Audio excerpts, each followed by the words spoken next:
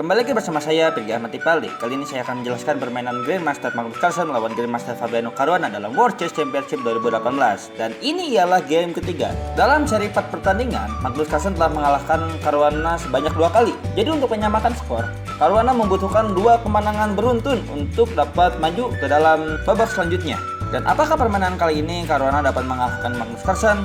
Mari kita lihat. Permainan dimulai dengan gerakan pion E4, C5, kuda F3, E6, C4, kuda C6, pion D4, pion kali D4, kuda kali 4, dan gajah C5. Ini ialah posisi dari pembukaan Sisilia.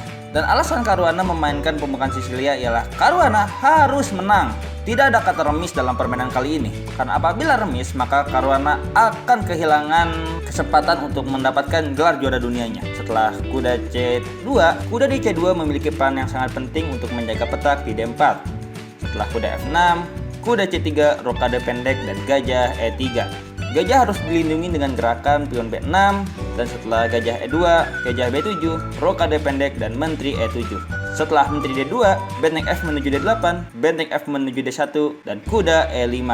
Menyerang petak di E4 dengan kuda dan gajah. Tapi sebelum melindungi pion di E4, pertama-tama Carlsen mengadu gajah terlebih dahulu, menyerang kuda di E5, lalu melindunginya dengan gerakan menteri E3.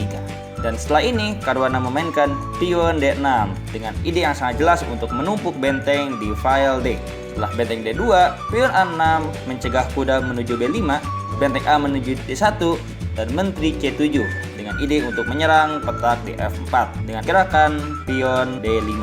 Setelah B3, pion H6, dan pion G3, pion yang berada di F4 ini sangat kuat sekali. Setelah benteng D7, gajah F3, benteng E8, menteri F2, dan kuda E7, kuda Caruana mencoba untuk bergerak menuju petak C6 dan sewaktu-waktu dapat dilanjutkan dengan gerakan kuda B4.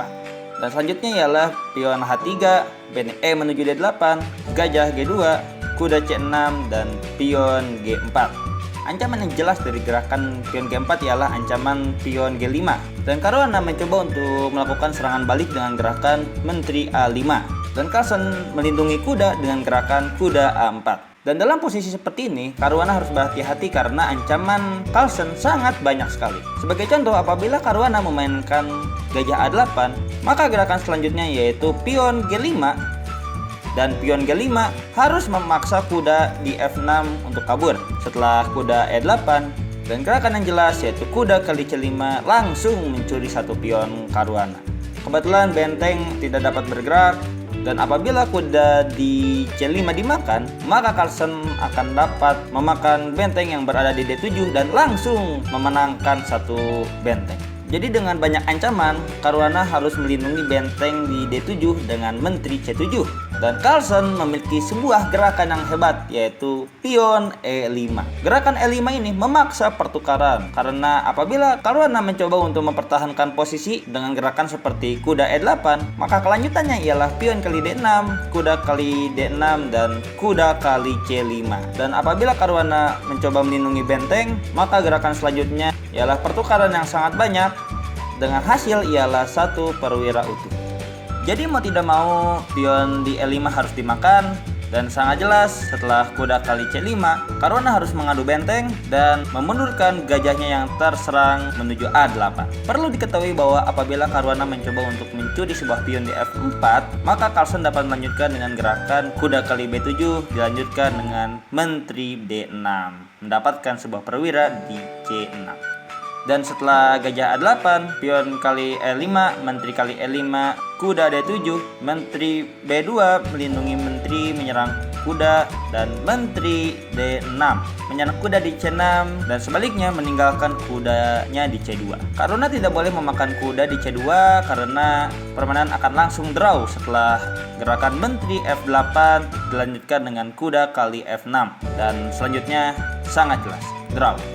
Jadi Caruana memakan kuda di D7 dilanjutkan dengan memakan kuda di C2. Dan langkah selanjutnya untuk Carlsen ialah menteri E8 skak dilanjutkan dengan menteri kali A8. Dan setelah menteri D1, raja H2, menteri D6, raja H1, dan kuda D4. Caruana mencoba untuk memajukan kudanya, tapi setelah menteri E4, Caruana sudah tidak dapat memenangkan permainan. Terbukti dalam beberapa langkah selanjutnya, Caruana tidak dapat berbuat banyak dan akhirnya harus mempasrahkan permainan dan akhirnya Caruana pun harus kalah. Dan inilah posisi terakhir di mana Caruana kalah. Jadi sebenarnya apa yang menyebabkan Caruana menjadi kalah? Satu hal yang menyebabkan Caruana kalah ialah gerakan Menteri A5. Karena gerakan ini dapat dijawab dengan gerakan kuda A4. Dan gerakan kuda A4 memberikan celah bagi Carlsen untuk memainkan pion E5. Semuanya sangat jelas. Setelah gerakan pion E5, pertukaran terjadi di mana-mana. Dan akhirnya posisinya pun menjadi lebih sederhana. Dan akhirnya pertukaran terakhir pun terjadi pada petak kuda D7. Dan inilah gerakan yang menyebabkan posisi menjadi draw secara total. Walaupun Caruana mencoba untuk mempertahankan tensi dengan gerakan Menteri B2, tapi tetap saja setelah Menteri D6 tidak banyak yang dapat diperbuat oleh Caruana. Dan terpaksa Caruana harus mengadu kuda. Dan akhirnya permainan pun hanya tersisa kuda dan gajah melawan Menteri dan 5 pion. Dan jelas-jelas posisi seperti ini ialah draw. Mau dipaksa bagaimanapun juga, sangat sulit bagi Caruana untuk mendobrak pertahanan Carlsen. Dan akhirnya kesempatan menang untuk Caruana pun hilang.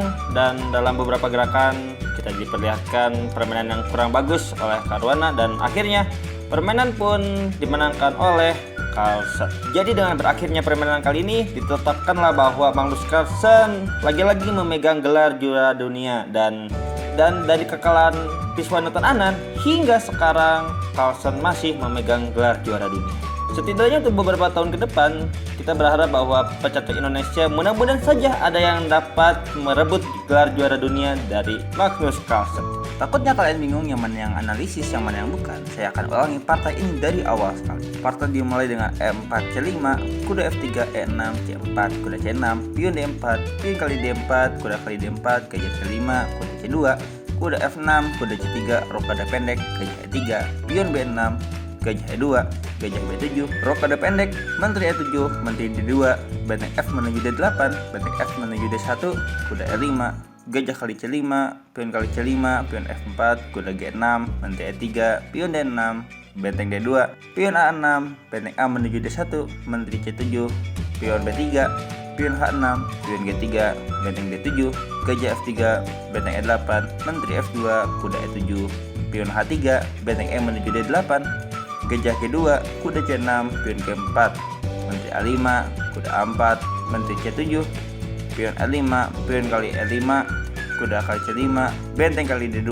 benteng kali D2, benteng kali D2, Menteri kali D2, gajah A8, pion F kali E5, Menteri kali E5, kuda D7, Menteri B2, Menteri D6, kuda kali D7, Menteri kali D7, Menteri kali C2, Menteri E8 skak, Raja H7, Menteri kali E8, Menteri D1 skak, Raja H2, Menteri D6 skak, Raja H1, kuda D4, Menteri E4, pion F5, pion G kali F5, pion E kali F5, Menteri E3, kuda E6, pion D4, gajah G5, pion C5, Menteri F6, pion C6, kuda E6, pion A4, kuda C7, Menteri F4, kuda E6, Menteri D6, Menteri S1 skak, Raja H2, kuda D4, pion C7, Menteri C3, Menteri C5, Menteri E3, C8 menjadi Menteri, pion F4, dan Menteri G4. Terima kasih atas perhatiannya, mohon maaf bila ada kesalahan, please subscribe-nya, dan sampai jumpa.